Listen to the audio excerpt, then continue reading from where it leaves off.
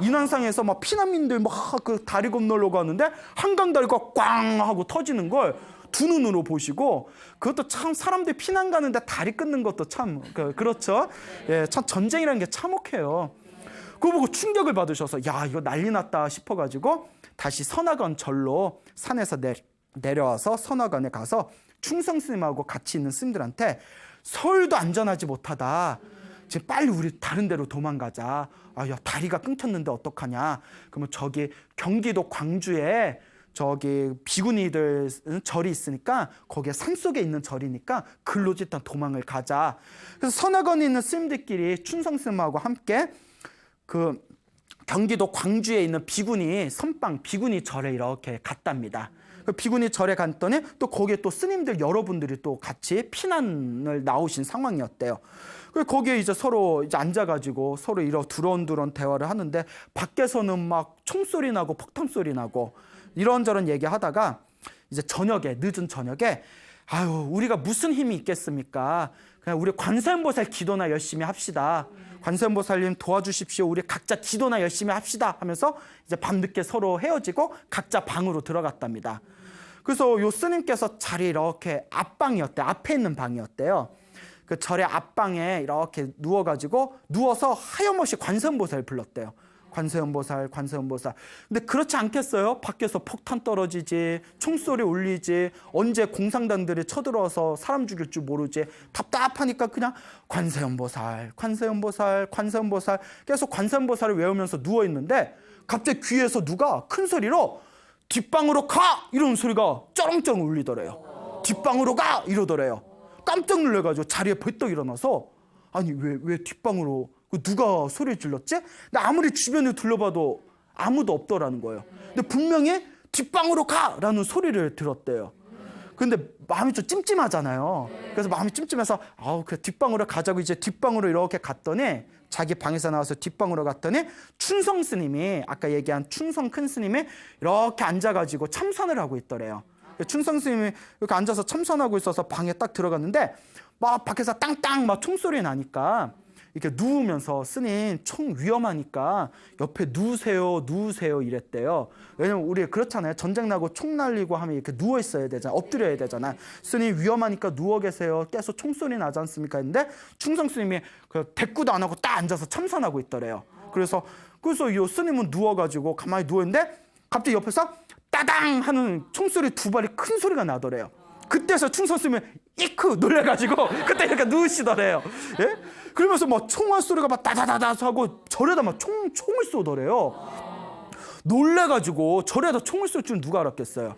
그때 어느 그 배짱 좋은 비구니 스님이 바깥에다가 아니 절에서 조용히 공부하는 스님들한테 왜 총질이요 하고 소리를 지르더래요.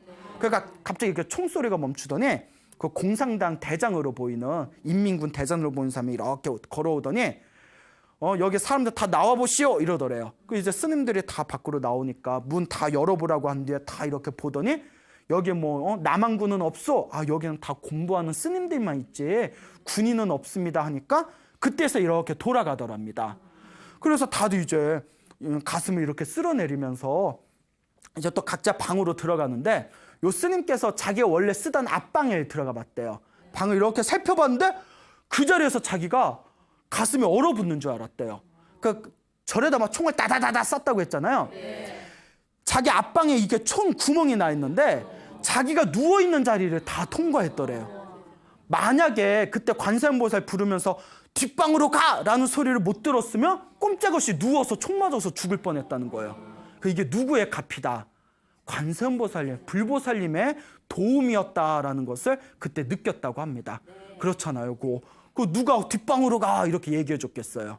그래서 이와 같이 그 전쟁터에서도 그 위급한 상황들이 많았는데 그때마다 간절한 마음으로 기도하고 관세음보살을 불렀더니 그때 이제 크게 몸을 다치지 않고 무사하게 그때 6.25를 잘 넘기게 되었다라는 그런 어느 스님의 체험담이 있습니다. 그러니까 우리가 이렇게 힘들고 답답하고 위급한 상황이 있을 때 물론 여러분들 그런 상황이 처음엔 안 되겠지만 사람 삶이 어떻게 될지 모르잖아요. 그럴 때 주저하지 말고 간절하게 관세음보살 부르시기 바랍니다. 믿져야 본전이라는 얘기 있지 않습니까? 그렇죠. 안 부르면 관세음보살님이 아예 안 도와주시지만 정말 간절하게 부르면 혹시 압니까? 일말의 희망이라도 나타나게 될지. 자, 그래서 또 이와 관련된 재미난 얘기가 있습니다. 여러분 우리 저 송파 석촌동 그 석촌호수에 가면 불광사라는 그 큰 절이 있어요. 들어보셨죠? 그 불광사를 창건하신 스님이 광덕스님이라고 계세요. 아주 조계종의 큰 스님이신데 오래전에 세상을 떠나셨죠. 이 광덕스님께서 직접 들으신 이야기라고 합니다. 이 광덕스님께서 이제 서울에서 포교 생활을 하고 계실 때 어느 그 군인 출신, 그러니까 몇십 년 전이죠. 유교가 끝나고 한 70년대에 군인 출신의 신도들, 불자들이 이렇게 찾아왔대요. 광덕스님하고 대화를 하다가 그중에 어느 군인 출신인 어떤 분이 자기가 겪은 신비한 이야기를 해주더랍니다. 스님, 제가 군인이었을 때 공산당의 인민군의 포로가 됐는데 관세음보살님 기도를 해가지고 제가 무사하게 탈출한 경험이 있습니다. 이러는 거예요. 그래서 그게 어떤 경험입니까? 하고 이제 광덕스님께서 질문을 던지니까 이제 6.25 전쟁이 터져가지고 그날 자기가 중위였답니다. 이제 국군 이제 장교로서 이제 전쟁터에 나가서 싸우다가 교전을 하다가 그만 북한군에 잡히게 되셨대요. 그래서 저쪽 후방 쪽에 있는, 전방도 아니고 후방 깊숙이 있는 북한 땅에 이제 포로 수용소에 이제 끌려가게 됐는데 몇 번 신문을 하더니 그 뒤로는 가타부타 말이 없이 자기를 그 창고에다 그냥 집어 던져놓고 몇 날 며칠 동안 수용소에서 전혀 아무런 그런 기별이 없었답니다. 그래서 마음속에 막 불안하잖아요. 이거 나를 내일 죽일려나, 내일 모레 죽일려나, 아니면 오늘 저녁에 죽일려나. 그러면 정말 사람이 가장 스트레스 받는 게 그런 얘기가 있어요. 차라리 내가 사형당할 날이 언젠지 정확히 알면 마음의 정리라도 한대요. 근데 언제 죽을지 모르면 속이 바싹바싹한대요. 그러니까 정말 그런 게 이제 반복되면 극심한 스트레스 때문에 공황장애 걸리고 그러잖아요. 막 멘탈이 붕괴되고 너무나 힘들고 괴로워서 막 그냥 온몸에 불안, 초조감으로 하루하루가 지옥 같더래요. 내가 어떻게 해야 살 수 있을까? 내가 죽을 날짜라도 알면 좋을 텐데 방법이 없을까? 고민하다가 문득 관세음보살이 생각나더래요. 어렸을 때 집안이 불자 집안이었는데 어렸을 때 자기가 들은 얘기가, 부모님들이 이렇게 해주신 얘기가, 힘들고 괴롭고 위험한 상황에 빠졌을 때 관세음보살을 지극한 마음으로 부르면 관세음보살이 반드시 구해주신다라는 얘기가 그때 하필 딱 생각난 거예요. 그리고 한참을 고민했대요. 효과가 있을까 없을까, 될까 말까, 할까 말까, 엄청나게 고민을 했대요. 그 사람도 이제 평소에 절에 안 다녔던 사람이었기 때문에 관세음보살 부른다고 무슨 효과가 있겠어? 그래서 부를까 말까 고민하다가 사람이 너무나 극심한 고통과 어떤 절벽에 부딪히게 되면 무언가 막 의지하고 싶은 마음이 들지 않습니까? 네. 그래서 간절하게 관세음보살 불렀대요. 아침에 눈 뜨면 저녁에 잠들 때까지 오로지 관세음보살만 불렀대요. 제발 살려주십시오. 그런데 우리가 몸 편하고 마음 편안할 때 기도하면 사실 기도 집중이 잘 안 돼요. 네, 경험이 있나 보네요. 네? 네. 세워라 내워라 관세음보살 세워라 내워라 이렇게 되는데 정말 위급하고 다급할 때는 사람이 집중이 엄청 잘 됩니다. 막 그냥 관세음보살 오로지 관세음보살뿐이 생각이 안 나요. 계속 몇 날 며칠을 관세음보살을 하염없이 불렀는데 문제가 뭐냐면 여러분들 기도 많이 해보신 분들 경험이 있겠지만 기도를 열심히 하면 당장 일이 잘 풀리냐 안 풀리냐를 떠나서 일단 마음이 편안해져요.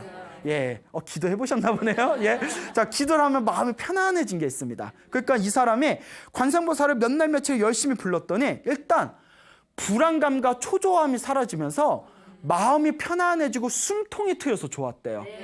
일단 마음이 편안해져서 그때부터는 편안한 마음으로 그냥 감사한 마음으로 관세음보살을 몇 날 며칠을 불렀는데 어느 날 그 북한군 장교가 찾아왔대요. 북한군 장교가 딱 찾아오더니 그 국군 저기 포로한테 내가 가만히 당신을 지켜봤어 이러면서 당신 불교 신자지 이러더래요.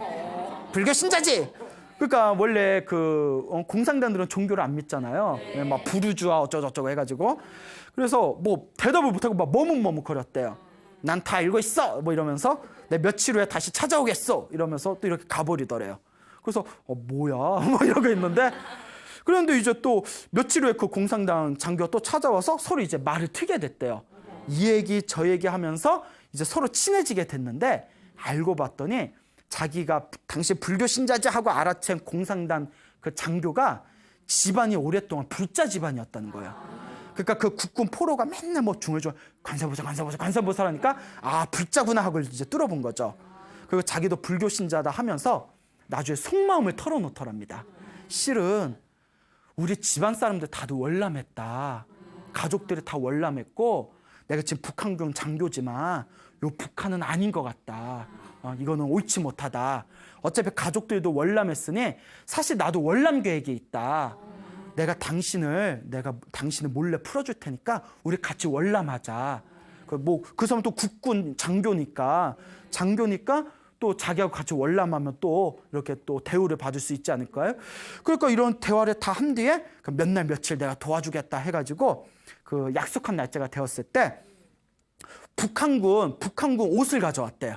북한군 옷을 가져와서 그 포로 수용소 옷 벗고 빨리 이걸로 갈아입으라고. 그래서 북한군 장교가 가져온 북한군 옷을 입고 몰래 이제 탈출을 해서 그 전망까지 가가지고 국군에 그 북한군 장교는 귀순을 하고 자기는 그렇게 무사히 탈출을 하게 되었다라는 이야기를 광덕스한테 이야기를 했답니다. 그리고 이와 같은 그 어떻게 보면 기적이잖아요. 그때 만약에 관세음보살 안 부르고 나 언제 죽어, 나 죽기 싫어, 언제 죽어 하면 그 사람하고 어떻게 만날 인연이 있었겠습니까? 계속 관세음보살 부르니까 그 불자였던 그 북한군 장교도 딱 알아채고 아 저렇게 불자면 내가 마음을 내가 믿고 의지하고 내가 그 귀순 계획을 털어놔도 되겠다라고 서로 인연이 딱 합치된 것이다. 이렇게 생각해 볼 수가 있겠죠. 그래서 이분께서 광덕스님한테 하는 이야기가 그 뒤로도 자기가 또 전쟁 중에 또 포로로 끌려가게 됐대요. 또 붙잡혀서 참 팔자도 드세요. 포로로 끌려갈 때는 차에 타서 포로 수용소로 끌려갈 때도 그냥 큰 소리로 관세음보살 불렀답니다. 관세음보살 큰 소리를 부르다가 거기서도 기적같이 탈출을 했답니다. 기적같이 탈출하고 그 뒤에 무슨 위급한 상황이 있을 때마다 간절하게 관세음보살을 부를 때마다 반드시 자기가 효과를 보았답니다. 그러면서 이분께서 광덕스님한테 스님 제가 불교는 잘 모르지만 관세음보살은 100% 믿습니다. 이것은 제가 경험한 것입니다. 제가 체험한 것입니다. 그래서 제가 불교는 잘 모르지만 관세음보살을 100% 믿고 지금도 열심히 관세음보살님을 믿고 의지하고 있습니다. 라는 이야기가 광덕스님 그렇게 이제 법어의 법문집에 나옵니다. 그러니까 거듭 말씀드리지만 우리가 살아가면서 일어나는 모든 힘든 상황에 처했을 때 여러분 절대 슬퍼하거나 서러워하거나 좌절하지 마시고 한결같은 마음으로 부처님을 부르고 보살님을 부르고 간절한 마음으로 기도를 한다면 여러분들 삶에 분명히 은은한 가피가 있을 거라고 굳게 믿으시기 바랍니다. 알겠죠? 네. 그리고 이제 마지막으로 또 이와 비슷한 이야기를 하나 더 해드리겠습니다. 그 어떤 분이 이제 실제로 당신이 겪은 이야기를 이제 그 말씀을 체험을 하신 이야기를 말씀을 하신 내용이 되겠는데 이분께서 그 북쪽에 살고 있다가 이렇게 38선이 그어졌대요. 38선이 싹 그어져 가지고 이 북쪽에 이제 그 살고 있다 보니까 너무나 억압이 심해서 아 내가 요 북쪽에 있어서는 안 되겠다. 지금이라도 남쪽으로 내가 탈출을 해야 되겠다. 근데 이때 이미 38선이 그어져 있고 막 북쪽에 이제 초소가 있고 해가지고 탈출하기가 힘든 상황이었답니다. 그래서 자기가 가지고 있는 재산을 다 처분해가지고 그 이제 브로커라고 하죠. 예, 그래서 안내꾼을 하나 소개를 받아서 탈출 계획을 이제 세우게 됩니다. 그래서 이분께서 원래 또 독실한 불자였다고 합니다. 그래서 탈출 계획을 세우면서 간절하게 기도를 했대요. 관세음보살님 제발 무사히 탈출할 수 있도록 제발 도와주십시오. 관세음보살 간절히 기도를 하면서 이제 탈출 계획을 세워가지고 이제 그 남쪽으로 이제 월남을 하기 위해서 길을 떠나게 됐는데 낮에 가다가 혹시 이제 초소에서 이제 38선을 지키는 그런 인민군에게 잡히면 목숨이 위험해지게 되니까 밤에 몰래 이제 이제 계속 걸었답니다. 낮에는 몰래 쉬고 숨어 있다가 밤에는 계속 걸어가고. 그래서 어디까지 왔냐면 그 안내꾼하고 약속되어진 38선 부분에 한탄강까지 왔대요. 한탄강 아세요?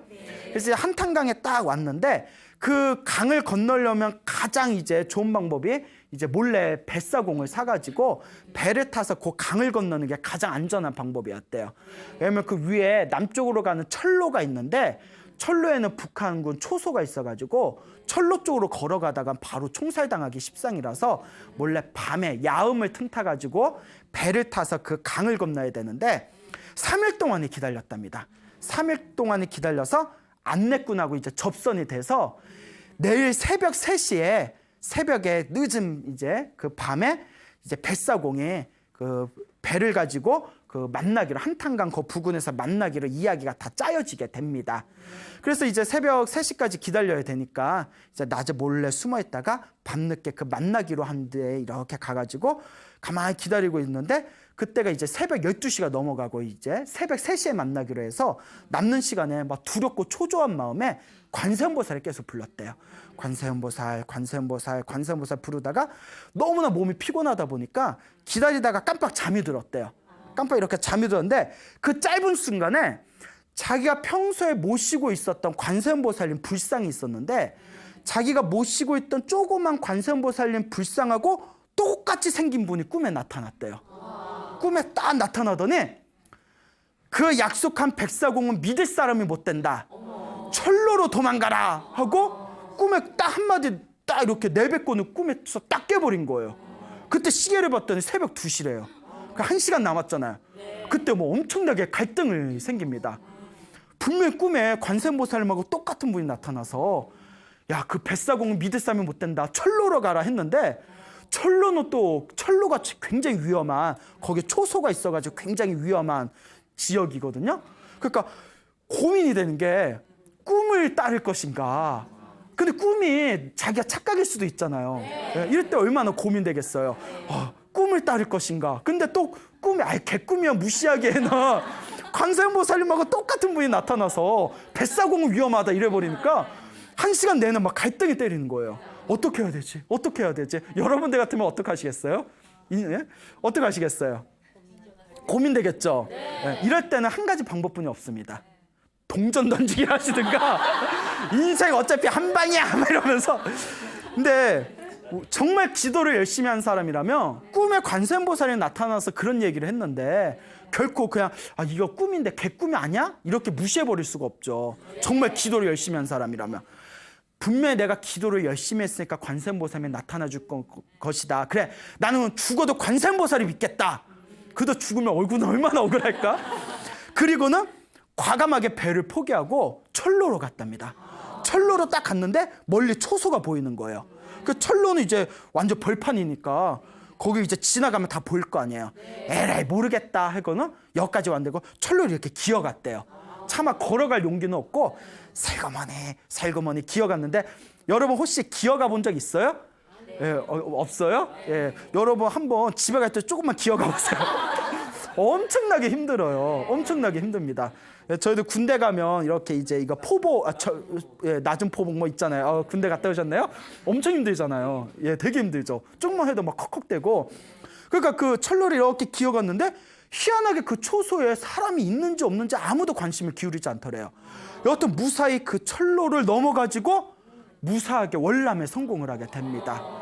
그리고 이분께서 이제 독실한 불자고 또 내가 이렇게 위급한 상황에서 무사히 월남하게 된 것은 모두가 불보살님, 관세음보살님의 덕택이다라는 그런 어떤 부처님에 대한 믿음 때문에 남쪽으로 넘어온 뒤에도 신행 생활을 열심히 하셨대요. 그러면서 이분께서 절에 다니면서 주변에 친한 사람들을 만나면 항상 자기가 이렇게 관세음보살 기도를 하고 꿈에서 관세음보살이 나타나서 뱃사공은 믿을 사람이 못 된다. 철로로 가라. 이렇게 안내해줘서 내가 무사하게 남쪽으로 넘어왔다라는 이야기를 자주자주 하셨답니다. 그래서 이 이야기가 오늘날까지 이렇게 전해지게 되었습니다. 여러분, 이 세상에 전쟁이 일어나서는 안 됩니다. 그렇죠? 네. 절대 전쟁이 일어나서도 안 되고 또 우리가 살아가면서 이왕이면 행복하고 편안하고 즐겁게 살고 싶지 힘들고 괴로운 일을 또 당해서도 안 됩니다. 그렇죠? 하지만 사람이 살다 보면 꼭 내가 원하는 삶을 살 수만은 없습니다. 힘들고 괴로울 때, 답답할 때 이 모든 게 전생에 지은 내 업보고 빚이고 숙제구나라고 자기 자신의 마음을 잘 돌아보면서 열심히 기도하시고 불보살님을 믿어보시기 바랍니다. 반드시 불보살님의 가피가 여러분들을 행복의 길로 이끌어 줄 것입니다. 여러분, 행복해지고 싶습니까? 네. 행복한 삶을 창조하고 싶습니까? 네. 복을 지으십시오. 선업을 지으십시오. 공덕을 쌓으십시오. 복과 선업과 공덕의 힘이 여러분들을 진정한 행복의 길로 이끌어 줄 것입니다. 오늘 여기서 마치겠습니다. 소중한 나 무한 행복.